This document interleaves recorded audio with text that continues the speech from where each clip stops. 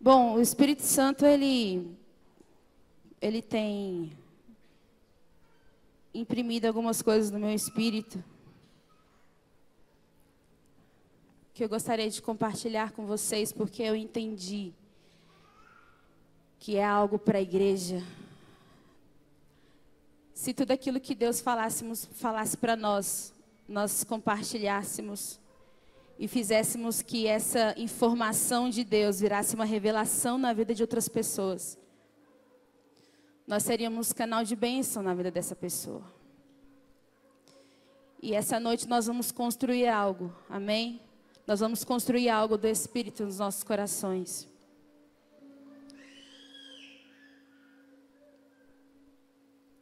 Primeiro eu gostaria de fazer uma pergunta para vocês. Você se move por propósito ou você se move por necessidade? Responde aí. Responde no seu interior. Será que você tem se movido por propósito ou você tem se movido por necessidade? Propósito é um objetivo, é uma finalidade. Propósito é aquilo que o Senhor tem para nós. Propósito, ele é bíblico. O propósito é muito importante para as nossas vidas. E o propósito tem a ver com os 2 dias mais importantes da sua vida. O primeiro é quando você nasceu. E o segundo é quando você descobre o porquê você nasceu. O propósito é tudo aquilo que Deus liberou dos céus para que nós possamos cumprir aqui na terra. E o que é necessidade? Necessidade é de raiz adâmica. A necessidade, ela entrou no mundo depois da queda do homem. Por quê? Porque quando o homem lá no jardim, ele estava dentro da vontade de Deus, ele estava dentro do propósito para qual ele tinha sido feito, para qual ele tinha sido criado. Ele estava dentro do propósito, dentro da vontade de Deus, ele caminhava com Deus. E havia uma conexão entre o homem e Deus. Dentro do jardim, o homem, ele tinha o seu propósito. E depois da queda do homem, quando o pecado entrou na terra, entrou a necessidade nas nossas vidas. Abre a sua Bíblia lá em Gênesis.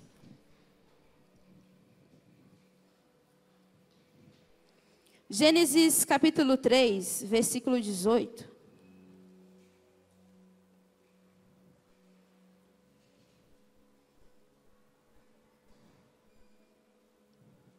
Diz assim: até mesmo a terra será amaldiçoada por sua causa. Tirar o alimento da terra será tão sofrido quanto o parto da mulher.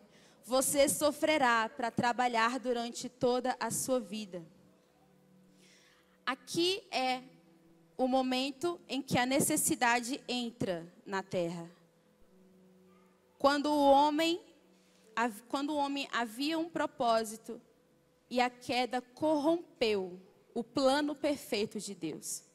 O plano perfeito de Deus é o seu propósito. É aquilo que você foi chamado. Esse é o plano perfeito de Deus. Mas a necessidade, ela vem nos roubar isso. A necessidade, ela vem nos roubar do propósito. Porque a necessidade, ela corrompe. Aqui a necessidade, ela corrompeu todo o plano perfeito de Deus. Tudo aquilo que Deus tinha para a sua criação, a necessidade corrompeu. E eu fui procurar no dicionário a palavra corrupção para saber o sentido literal da palavra, que diz assim: modificação, adulteração das características originais de algo. A necessidade, ela nos tira, ela modifica, ela adultera a nossa originalidade em Deus. Só existe 2 linguagens para a humanidade: ser regida pelo propósito ou ser regida pela necessidade. Depois da queda do homem, onde houve uma quebra de aliança, onde o homem ele não estava mais no centro da vontade de Deus, ele não estava mais no jardim onde Deus supria tudo, onde ele não tinha necessidade de nada, ele não tinha falta de nada, o homem era completo em Deus no jardim. Depois da queda, depois da corrupção do propósito perfeito de Deus para o homem, a Bíblia conta que a terra começou a viver dias maus. Lá em Gênesis, ainda em Gênesis capítulo 9. Abre lá comigo. Versículo 12. Aqui vai contar como Deus planejou para que essa aliança fosse restaurada. A Bíblia conta nesse capítulo que a terra começou a viver os seus piores dias. E aí Deus olha para a terra e se arrepende de ter criado o homem. Mas ele olha para uma família, a família de Noé, onde ela ainda estava dentro do propósito. E ali ele pega essa família, separa ela, coloca dentro de uma arca e destrói toda a terra. Por conta dessa maldição, por conta dessa corrupção, por conta dessa maldade. E aqui no versículo 12 diz assim, que depois do dilúvio, Deus restabelece a aliança dele. Deus pretende com essa aliança reconectar a sua intimidade com o homem. E diz assim, este é o sinal da aliança que estou fazendo com vocês e que abrange todos os seres vivos que vivem com vocês hoje e os que viverão depois. Você está vivendo depois? Amém? Estou pondo o meu arco-íris nas nuvens, um sinal da aliança entre mim e a terra. Então o arco-íris ele foi um sinal da aliança entre Deus e a terra. Depois da corrupção, depois do homem ter saído do seu propósito, Deus faz uma nova aliança para reconectar os céus com a terra.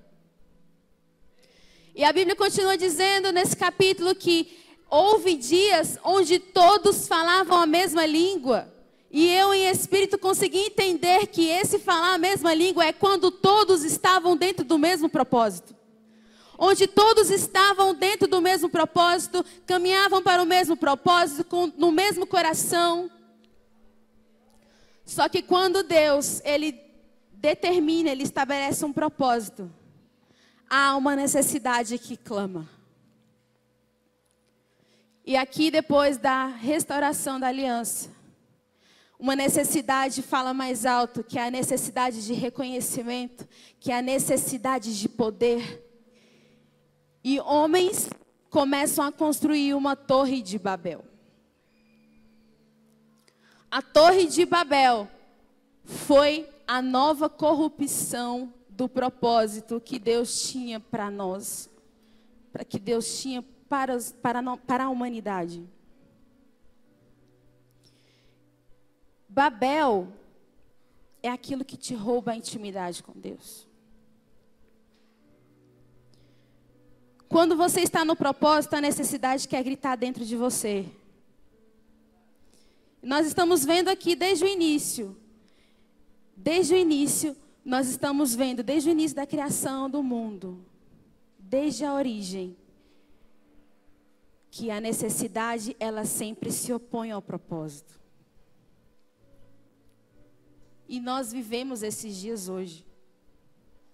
Sempre a necessidade vai se opor ao seu propósito. Sempre vai ser colocado numa balança.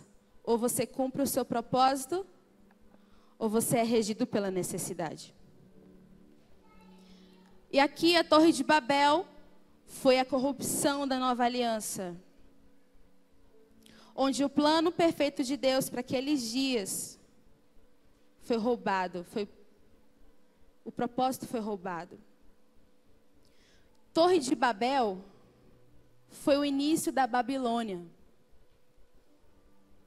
A Babilônia é aquilo que nos rege hoje. O mundo é regido pela Babilônia. A Torre de Babel, a palavra Babel, Babilônia vem de Babel. E ela quer nos corromper até hoje. Ela quer roubar a nossa intimidade, o nosso sacerdócio, porque nós somos sacerdotes. Nós somos geração eleita, sacerdócio real. E hoje a Babilônia, ela quer nos roubar do propósito. Como é que nós podemos comprovar? Como é que nós podemos refletir sobre isso? Por que que a Babilônia até hoje nos rege? Porque até hoje ela quer nos opor, quer se opor ao nosso propósito. O povo de Deus ficou exilado durante 70 anos dentro da Babilônia. E quando eles foram sair da Babilônia, onde o rei Ciro liberou todo o povo de Israel para voltar para a sua cidade, para a cidade de Jerusalém. Lá em Esdras, capítulo 2, conta que todas as famílias que estavam escravas na Babilônia tiveram que se apresentar. E ali eles tinham que dar o registro da sua família, dizer quantas pessoas eram da sua família e qual era a profissão delas. E ali no capítulo de Esdras, versículo 2 diz, capítulo 2 de Esdras, diz assim que veio toda uma genealogia de registros, todo mundo foi apresentando, mas chegou uma família de sacerdotes, que quando foi se apresentar, eles eram uma família de sacerdotes, só que quando eles foram se apresentar, eles tinham que apresentar a documentação, só que eles não encontraram essa documentação. Por quê? Porque a Babilônia roubou a identidade deles. E é isso que a Babilônia quer fazer conosco. Roubar a nossa identidade. E aqui eu quero abrir um parênteses. Porque aqui, eu estava passando por alguns dias onde Deus estava imprimindo essa palavra no meu coração. E eu me fiz lembrar que os midianitas, eles eram um povo onde eles saqueavam as pessoas que ficavam para trás no caminho, quando eles saíram do Egito e eles iam para a terra prometida. No meio desse caminho, aqueles que ficavam para trás, aqueles que estavam desanimados, aqueles que estavam amargurados, oprimidos, que iam ficando para trás. Os midianitas, eles se escondiam em cavernas, eles faziam buracos na areia para se esconder, e ali eles pegavam aquelas pessoas e matavam. Era assim que eles conseguiam saquear algumas pessoas do povo de Israel. Aqui, quando eles estavam voltando da Babilônia para Jerusalém, eles estavam com uma alegria muito grande. Porque eles estavam voltando para a terra deles. Eles estavam voltando para construir o templo. Você imagina, 70 anos longe do seu propósito. Aquelas famílias, elas estavam voltando depois de 70 anos para viverem o propósito que Deus tinha para eles. Só que uma família ficou para trás, foi roubada a identidade, e eles não conseguiram provar que eles eram sacerdotes e foram afastados do seu propósito. Será que você está assim essa noite? Será que depois de um tempo onde você saiu da Babilônia, onde você falou, agora sim eu vou cumprir o meu propósito? Será que a Babilônia tomou a sua identidade? Porque a Babilônia, ela tem o poder de roubar a nossa identidade e de roubar a celebração da nossa vitória. Eles estavam voltando vitoriosos para Jerusalém, depois de 70 anos escravos. Eles estavam felizes, estavam celebrando. Agora nós vamos voltar para o propósito. Mas aí a Babilônia roubou a identidade daquela família. A Babilônia, ela tem o poder de nos roubar do propósito e de tirar a celebração, a alegria de estarmos dentro do propósito. Porque muitas vezes você tem as suas necessidades, mas você não deixa o seu propósito de lado, mas mesmo assim você não encontra alegria nisso. Porque a celebração, a alegria foi roubada de você.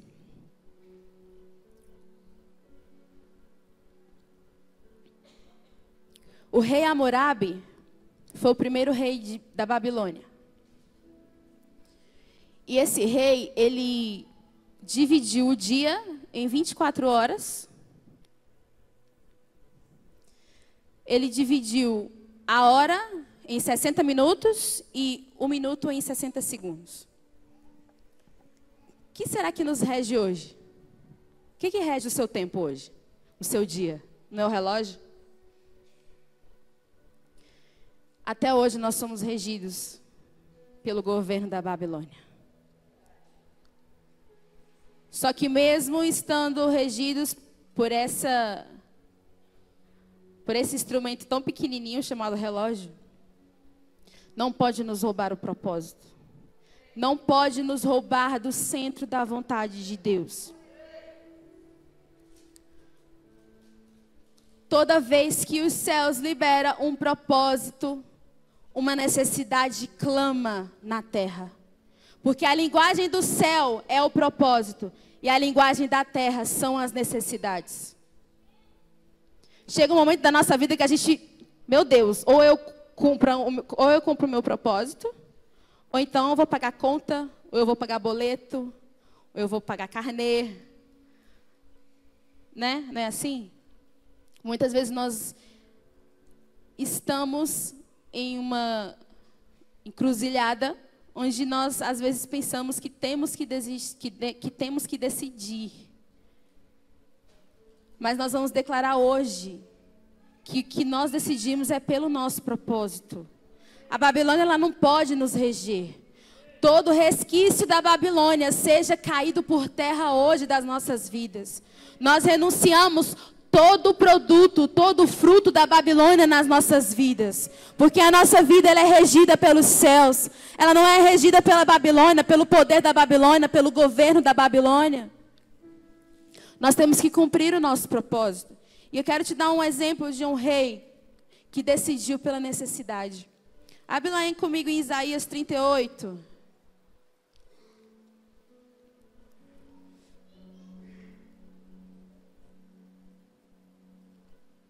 Isaías capítulo 38.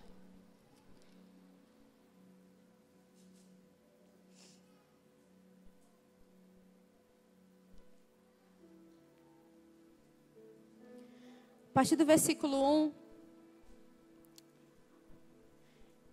até o 6, diz assim: Naquele tempo, Ezequias ficou doente e estava para morrer.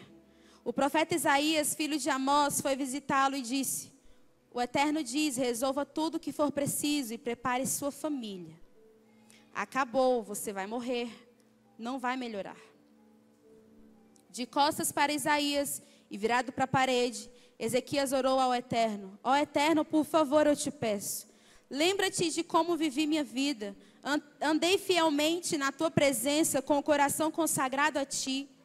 Tens visto como tenho vivido e o bem que tenho feito. E Ezequias chorou muito. Então o Eterno disse a Isaías: Vá falar com Ezequias e entregue a mensagem que eu, o Eterno, o Deus do seu antepassado Davi, envio. Ouvi sua oração, vi suas lágrimas. Vou acrescentar 15 anos à sua vida. E vou salvar você e esta cidade do rei da Síria. Minha mão está sobre esta cidade. Aqui nós temos um rei, onde Isaías, profeta, diz para ele: arruma a tua casa, porque você vai morrer. Qual era o propósito? Arrumar a casa. Só o que ele orou? Para que ele pudesse viver. Ele orou em cima da necessidade dele. E aqui a Bíblia começa a contar de tudo o que aconteceu depois desses 15 anos. Ele somente viveu para acumular dinheiro, riquezas.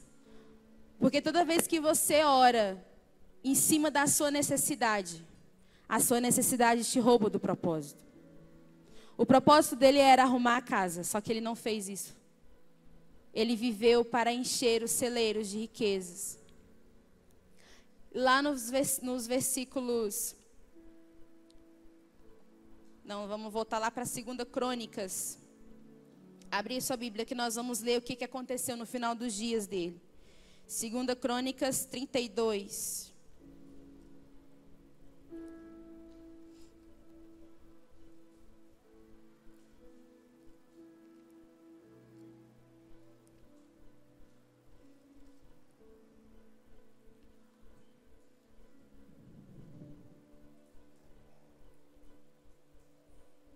Ele clamou a Deus por uma necessidade. E Deus ouviu a necessidade dele, não ouviu? Por que será que Deus ouviu a necessidade dele?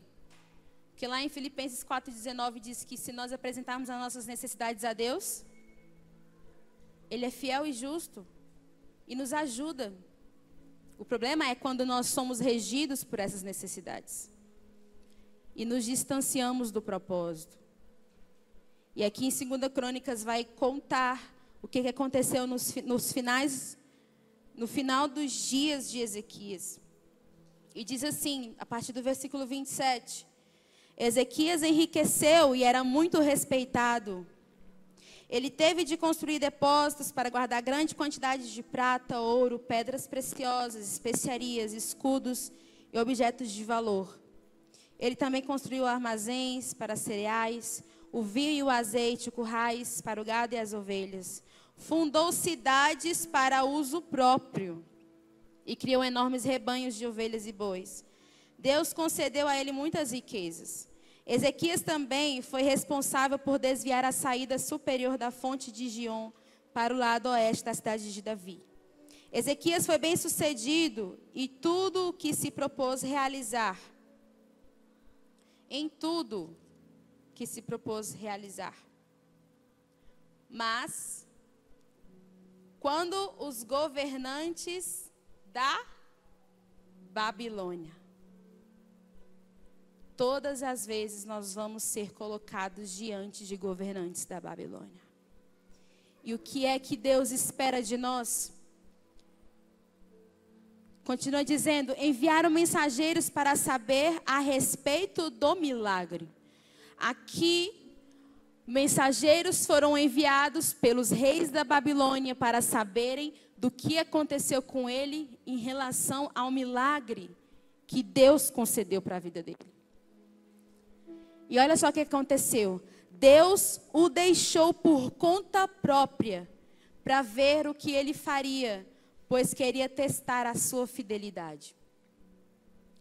Toda vez que nós somos colocados diante da Babilônia, o Senhor quer que nós provemos a nossa fidelidade a Ele.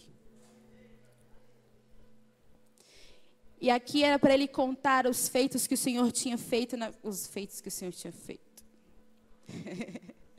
Os feitos que o Senhor tinha colocado na vida dele. O milagre de receber 15 anos mais de vida. Mas o problema é que nós esquecemos muito fácil. Muitas vezes nós esquecemos daquilo que Deus já tem feito por nós. E quando nós estamos diante do nosso propósito, ou da nossa necessidade, a Babilônia tem um poder de roubar aquilo que queima dentro de nós. Ela tem um poder de nos roubar do propósito. Foi assim que aconteceu com o rei Ezequias. Nós não podemos deixar as necessidades gritarem dentro de nós. Aquilo que precisa gritar mais alto é o nosso propósito. É aquilo que Deus tem para nós. Todos nós nascemos com um propósito. Não existe ser humano que vive sem propósito. Todos nós vivemos com um propósito. Se você ainda não descobriu o seu, você precisa descobrir. Mas só de você estar vivo, você já está cumprindo o seu propósito. A Babilônia não pode nos roubar. Assim como roubou aqui a possibilidade do rei falar dos milagres que havia acontecido. Mas olha o que aconteceu. Ele falou para a Babilônia tudo aquilo que ele tinha acumulado durante a vida dele. E aqui a Bíblia continua dizendo, se você tiver depois a curiosidade de ler em casa, no capítulo 33 de Crônicas, diz que Ezequias, ele tirou a amostra de tudo que ele tinha conquistado na vida dele para mostrar para esses reis da Babilônia. E o que aconteceu? Anos depois, por conta dessas riquezas que ele mostrou, quando os reis vieram, os mensageiros dos reis vieram, eles viram tudo aquilo que aquele governo tinha. E depois, durante um tempo, eles vieram para saquear tudo, para roubar tudo. Depois que Ezequias morre, quem assume o trono é Manassés. Ele tinha 12 anos. A Bíblia conta que Manassés foi o pior rei de Israel.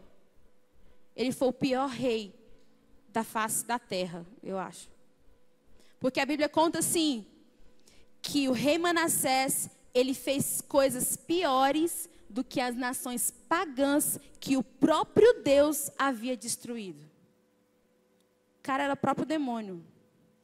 E ele era o filho de Ezequias, gerado dentro do tempo que Deus deu para que ele pudesse arrumar a casa dele. Só que ao invés de ele arrumar a casa, ele gerou um filho. E esse filho foi o pior rei. Fez com que a nação se voltasse a outros deuses. Então, o que era melhor ter acontecido? Que Ezequias tivesse morrido. Né? Deus sabe de todas as coisas.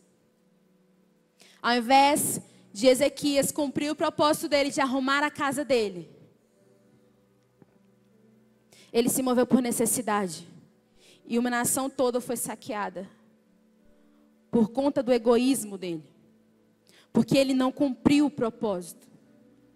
O que será que acontece quando nós nos distanciamos do nosso propósito? Pessoas são feridas.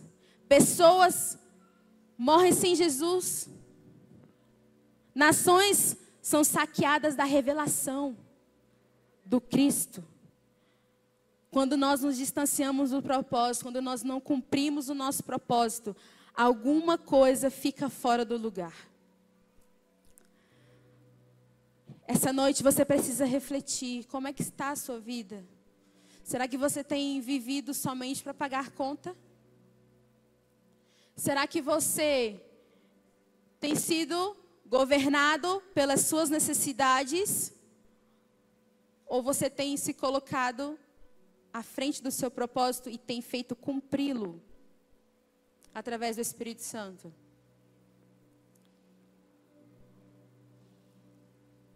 Não é fácil se manter no propósito. Porque o reino das trevas, ele luta contra nós todos os dias para nos tirar da nossa posição de filhos de Deus, de pessoas que estão reconectadas com o amor dele, que vivem na aliança do eterno. Não é fácil, todos nós temos necessidades. Todos nós temos necessidades.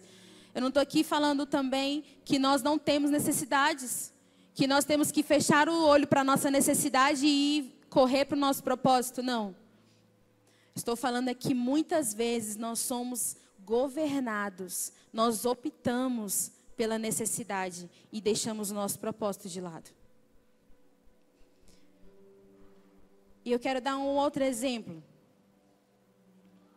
Esse foi mais forte. Profeta Elias, lá no capítulo 19 de Reis, 1 Reis, vamos lá abrir as nossas Bíblias. 1 Reis, capítulo 19.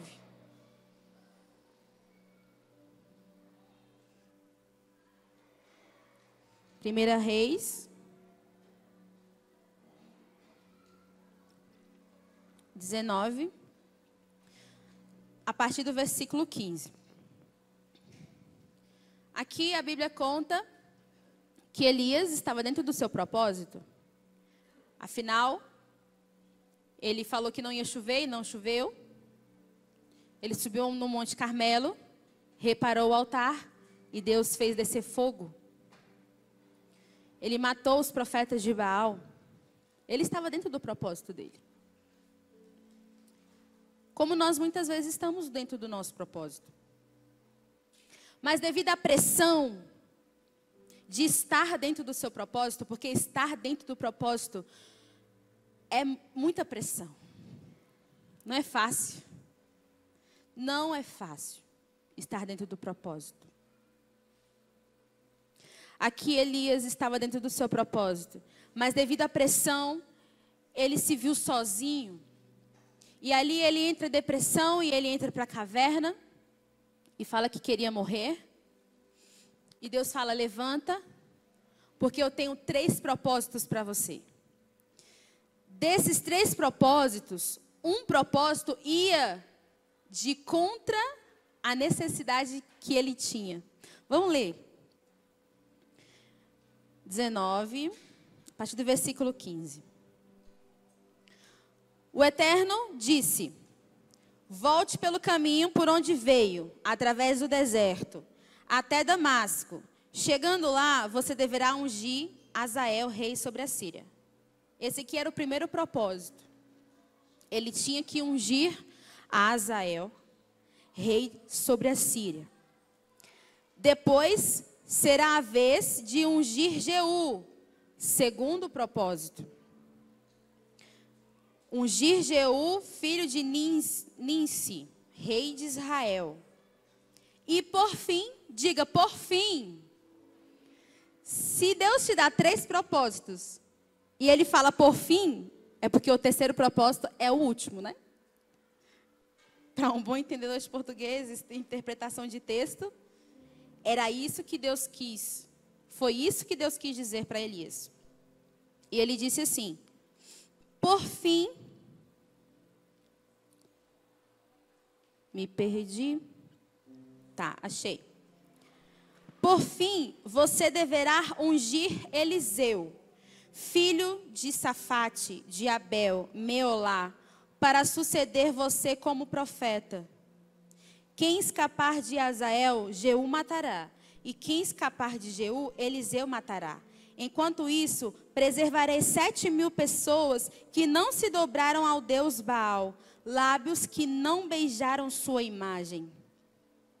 Logo em seguida desses versículos, o próximo versículo diz assim: Elias encontrou quem? Eliseu. Era para ele encontrar quem? A Azael. Por que que ao invés de ungir a Azael, depois ungir Jeú e depois ungir Eliseu, a primeira coisa que ele foi fazer foi ungir Eliseu? Porque ele necessitava de alguém para sucedê-lo. Ele foi aqui regido pela necessidade dele. Ele foi lá e ungiu logo Eliseu. Como é que a gente sabe disso? Como é que não foi um contexto suprimido? Porque quem unge Azael e quem unge Jeú foi Eliseu. Então aqui Elias, ele foi movido pela necessidade dele. Existe necessidade no meio do propósito, mas elas serão supridas por Deus. E não por conta própria. Se você se move pelo propósito, Deus supre as suas necessidades. Mas se você é regido pelas suas necessidades, as necessidades te roubam do propósito. E por último, eu quero dizer a necessidade que Jesus e Pedro tinham. Eles tinham a necessidade de pagar imposto naquela época. Só que Jesus, ele é Jesus e ele nunca saiu do propósito. E nós estamos aqui para sermos imitadores de Jesus, amém? Jesus disse para Pedro: Pedro, vai lá pescar. Porque nessa pesca eu vou fazer um milagre. E a nossa necessidade vai ser suprida.